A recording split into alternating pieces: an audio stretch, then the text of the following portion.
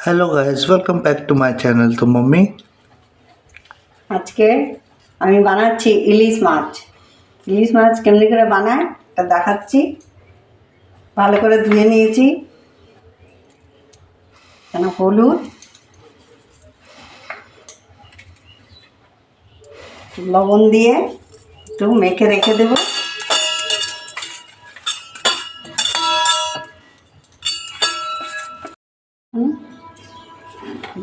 কাঁচা লঙ্কা, ধনে, জিরে, একটু লবণ আর অল্প একটু আদা দিব।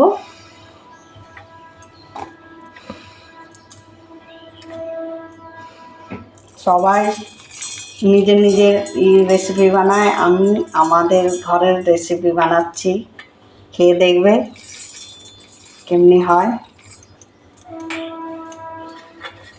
লবণ, অল্প একটু আদা, এখানে কালো সর্ষে আছে, সবগুলো দিয়ে দেবো। কালো সর্ষে দিয়েই ভালো রেসিপি হয়। এর মধ্যে একটু জল দিয়ে বেটে নেব।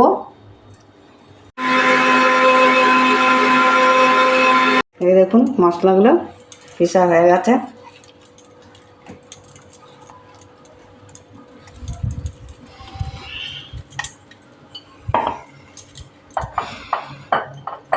সর্ষের তেল দিয়ে বানাবো, ভাত দিব। আমার মারা আগে এমনি করে বানিয়ে ভাত রান্না করতো, ভাত রান্নার মানে ভাতের উপরে বসিয়ে দিত। ওইটা তো অনেকই টেস্টি হতো, পুরো টাকা থাকতো। এখন তো আমরা তো এই যুগের মানুষ, আমরা তো পারি না।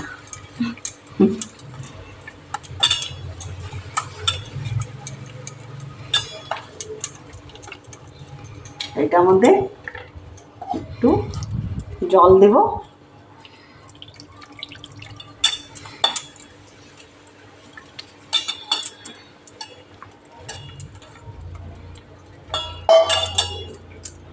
আর এটার মধ্যে কাঁচা লঙ্কা 3টা সিদ্ধ দিয়ে দেবো। সিদ্ধ গরম গরম ভাতে ডোলে খেতে খুব টেস্টি লাগে।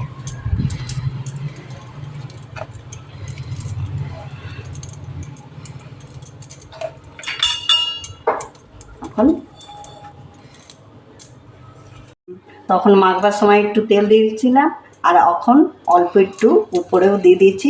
এখন আমি ঢেকে দিচ্ছি। এখন এই দেখুন বন্ধুরা, স্ট্যান্ড বসিয়ে দিয়েছি, এর মধ্যে টিফিনটা বসিয়ে দেবো। ভাপে হবে। আমি কড়াইটাকে ঢেকে দিচ্ছি।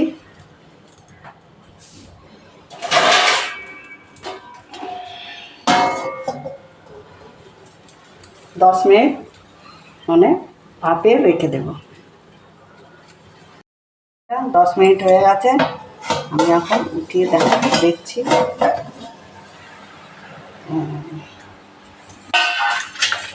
বলতে ভুলে গেছি, কড়াইয়ের মধ্যে জল দিয়েছি, তারপরে স্ট্যান্ডটা বসিয়েছি।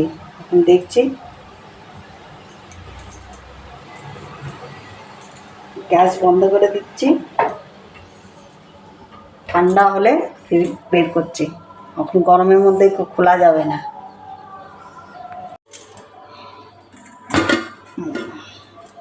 এই দেখুন বন্ধুরা, কত সুন্দর সেন্ট উঠছে সরষের তেলের, দেখছেন কত সুন্দর হয়ে গেছে। ব্যাস, আপনি গরম গরম ভাতে খেয়ে নেবেন, কত টেস্টি। আমাদের রেসিপিটা কেমনি লাগলো অবশ্যই কমেন্ট করে বলবেন, আর লাইকও করবেন। দেখা হচ্ছে আবার নেক্সট ভিডিওতে।